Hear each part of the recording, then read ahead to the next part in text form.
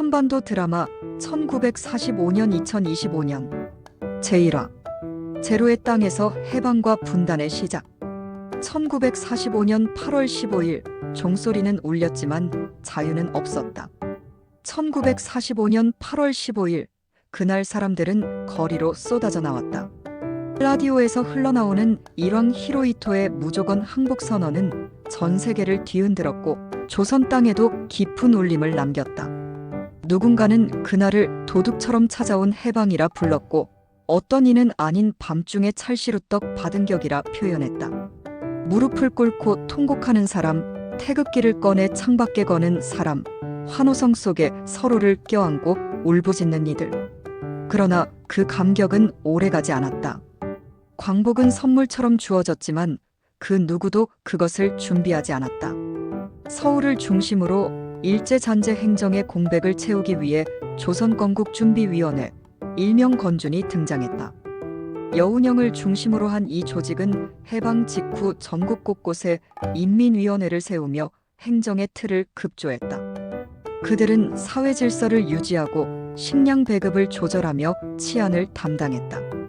민중은 건준을 국가처럼 여겼고 일본 경찰 대신 등장한 이들은 해방의 대리자처럼 보였다. 하지만 그 건준은 오래가지 못했다. 단 3주 뒤 미군이 들어오면서 모든 것이 바뀌었다. 미군정은 건준을 인정하지 않았고 한마디로 불법단체로 규정했다. 그 대신 그들은 다시 조선 총독부와 일본 경찰을 이용하기 시작했다. 민중은 배신당했다 느꼈고 그 배신은 곧 혼란으로 번져갔다. 북쪽은 달랐다. 소련군은 해방 9일 뒤인 8월 24일 평양에 입성했고 이틀 만에 북한 전역에 12만 명의 병력을 배치했다. 그들은 각 도시군에 지역사령부를 설치했고 조선은 자유국이 되었다고 선언했다. 평양 시민들은 해방을 환영하는 시민대회를 열었고 김일성은 조만식 앞에서 큰 절을 올렸다. 김일성의 아버지가 조만식의 후배였고 그의 외가가 기독교 신자였다는 인연이 있었기 때문이다. 김일성은 그때까지만 해도 전설 속의 빨치산이었고 시민들은 가짜 김일성이 등장했다는 루머까지 퍼뜨릴 정도였다. 하지만 정치의 힘은 이미 소련 쪽으로 기울고 있었다. 평양인민위원회는 처음엔 좌우합작의 형태로 출발했지만 실질적으로 공산주의자들이 주도권을 장악했다. 민족주의자 조만식은 소련과의 협조를 통해 조선민주당을 창당했지만 공산당의 부당수로 최용건이 앉으면서 그 당은 공산당의 우당으로 전락했다. 조만식은 점점 고립되어 갔고 결국 숙청당하는 길을 걷게 된다. 그렇게 북한은 단숨에 김일성 체제로 수렴되었다. 남쪽은 더 복잡했다. 해방과 동시에 친일 청산의 기회가 열렸지만 현실은 그 반대였다. 미군은 효율적인 통치를 위해 일제잔재를 그대로 이용했다. 일본 헌병과 경찰이 다시 제복을 입고 거리로 나섰고 식민지 관료들은 여전히 행정권을 쥐고 있었다. 민중은 분노했다. 그들은 해방의 대가로 식민지 엘리트의 생활을 받아들여야 했다. 반면 북쪽에선 토지개혁이 전격적으로 시행되었고 그 덕에 공산당은 민심을 얻게 된다. 문제는 38선이었다. 이 선은 2명의 미군 대령이 단 30분 만에 지도를 펴놓고 긋고 내려간 선이었다. 미군은 한반도에 대해 전혀 준비가 되어 있지 않았다. 일본은 본토 결전을 준비하고 있었고 미국은 모든 자원을 일본 점령에 집중하고 있었기 때문이다. 그래서 일본의 항복 직후 미군은 오키나와에 있었고 한반도와는 1000km 떨어져 있었다. 소련군은 이미 진주했고 서울은 공백이었다. 이 틈을 메운 게 바로 38선이었다. 그 경계는 단순한 군사분계선이 아니라 이후 남북분단과 전쟁, 체제 경쟁의 시발점이 되었다. 민중의 감정은 이중적이었다. 한편으론 해방의 기쁨이 있었지만 동시에 이게 우리가 원한 자유인가? 라는 회의도 있었다. 공산주의, 사회주의, 민주주의라는 단어가 뒤섞였고 사람들은 혼란스러운 정치 구호 속에 휘둘렸다. 미군정이 실시한 여론조사에서는 70%가 사회주의를 긍정적으로 바라봤고 자본주의는 단 13%의 지지를 받았다. 하지만 그 사회주의란 단어는 지금 우리가 아는 냉전적 의미의 스탈린주의가 아니었다. 다 같이 잘 살아보자는 막연한 이상이었다. 그 이상은 곧 분열의 도화선이 된다. 그 와중에 한국은 일본의 분단 대체제가 되어 있었다. 일본은 전범국이었고 사실상 분단되어야 했지만 미국의 대소련 전략에 따라 한국이 대체물이 되었다. 루스벨트와 스탈린이 밀약을 맺은 건 아니지만 포츠담 회담과 얄타 회담 그리고 38선의 졸속 합의는 국제정치의 민낯을 보여주는 상징이 되었다. 미국 국무부의 한보고서에는 이런 문장이 있다. 차라리 한국이라는 나라가 존재하지 않았으면 이런 고민도 없었을 것이다. 비극적인 문장이지만 당시 국제정세 속 한반도의 위치를 적나라하게 보여주는 진술이다. 한편 서울거리엔 미군이 등장했고 태극기 옆에 성조기가 나부꼈다.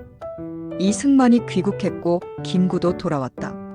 여운형은 점점 배제되었고 좌우 합작의 가능성은 점차 사라졌다. 건국의 주도권을 둘러싼 정치투쟁은 격화되었고 통역을 통한 미군정 행정이 이어지면서 통역정치라는 기형적인 정치체제가 탄생했다. 모든 서류는 영어로 작성됐고 민중의 목소리는 통역관의 선택적 번역에 달려 있었다. 정치인과 미군 사이엔 신뢰가 없었고 민심과 정권 사이엔 거리감이 더 깊어졌다. 히로히토의 항복과 조선 총독부의 마지막 날 1945년 8월 15일 아침 서울 시내 전봇대마다 낯선 벽보 하나가 나붙었다. 금일 정오 중대방송 1억 국민 필청. 히로히토가 직접 마이크를 잡는다는 사실만으로도 일본인들에게는 충격이었다. 수백 년 동안 신의 후손으로 추앙받던 천황이 라디오로 뭔가를 말하려 한다는 건 전례 없는 일이었고 그 내용이 무조건 항복이라는 건 천지개벽이었다. 하지만 아이러니하게도 천황은 항복이라는 말 한마디조차 쓰지 않았다. 그는 다만 짐은 제국정부로 하여금 미영소중 사국에 대해 공동선언을 수락할 뜻을 통곡해 하였다고 했다. 황실 문어체로 코맹맹이 같은 떨리는 목소리로 4분 10초. 그게 쇼와 천황의 항복선언이었다. 조선 사람들 중 그 방송을 알아들은 이가 몇이나 있었을까. 라디오 수신기 자체가 귀했고 히로히토의 황실 말투는 일본인에게조차 해석이 필요한 수준이었다. 일본 NHK조차 후에 이 방송에 일부러 잡음을 넣었다는 소문이 돌았고 라디오 전파가 도달했어도 많은 이들은 그저 무슨 일이 난 것 같다는 직감만 가졌을 뿐이다. 정확한 해석이 나오고서야 전국의 민심이 출렁이기 시작했다. 태극기가 어디선가 나타났고 거리마다 만세가 울려 퍼졌다. 어떤 이는 창고에 감춰뒀던 독립운동 자료를 꺼냈고 누군가는 일장기를 찢어 바지춤에 찔러 넣었다. 그러나 기쁨의 환호 이면엔 불안감도 퍼지고 있었다. 이제 우릴 누가 다스리는가? 이 혼란 속에서 누가 책임자인가라는 근본적인 질문이 고개를 들기 시작했다. 그 시각 조선 총독부는 급격한 혼란에 빠졌다. 일왕의 항복선언이 있기 전 이미 8월 10일에 본국으로부터 항복 결정을 통보받은 총독부는 다급하게 조선인 지도자들과 접촉을 시도했다. 처음엔 송진우를 찾았으나 거절당했고 이후엔 여운형과 협상을 벌였다. 총독부는 한반도 내 80만 일본인의 안전을 보장받기 위해 조선인 경찰 조직의 활용과 치안 유지 협조를 요청했고 여운형은 5개 항을 조건으로 내세웠다. 투옥된 애국자 석방, 세계월치 식량 확보, 치안 유지 자율성 보장, 청년 조직 훈련 자율권, 노동자 지도권 확보.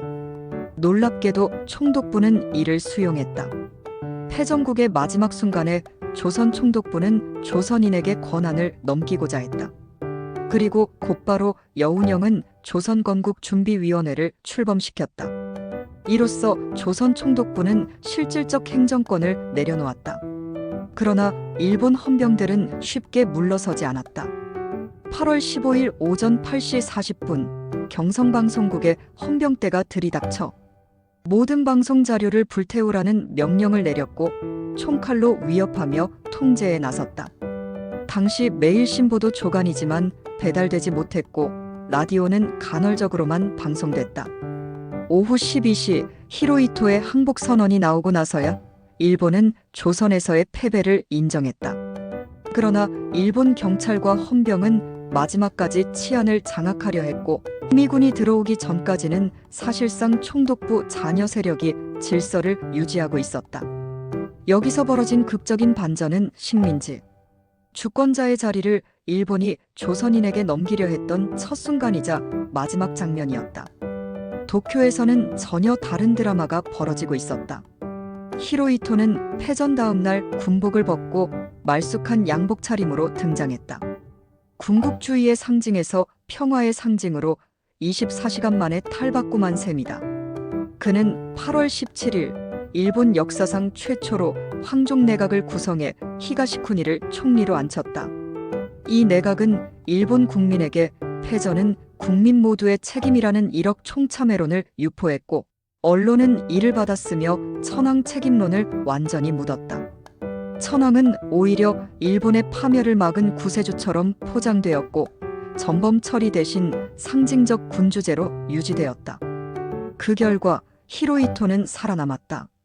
미국은 히로히토를 일본 통치의 안정장치로 간주했고 메가더는 천황은 좌익을 억제하는 스물개 사단의 효과를 갖고 있다며 그의 존재를 활용했다.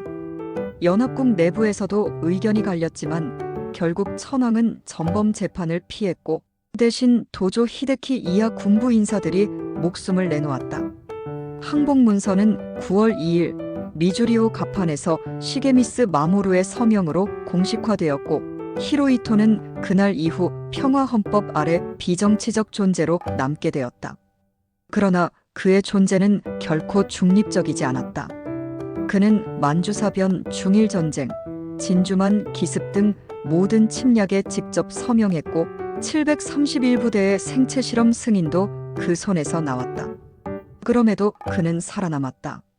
그리고 조선은 그런 일본의 그림자 속에서 미군과 소련의 또 다른 통치를 맡게 되었다. 조선 총독부의 마지막 날은 그래서 슬프고 조용한 해체가 아니었다. 해방의 기쁨 속에서 조선인들은 한동안 총독부 청사 옆을 맴돌았고 그 건물은 해방 후 50년 넘게 경복궁을 가로막은 채 그대로 남아 있었다. 1995년 김영삼 대통령의 지시에 따라 첨탑이 잘려나갔고 1996년 본체가 철거되었다. 그것은 단순한 건물 해체가 아니라 역사와 마주한 한민족의 고백이자 선언이었다. 우리는 그날 진정한 해방을 맞지 못했다.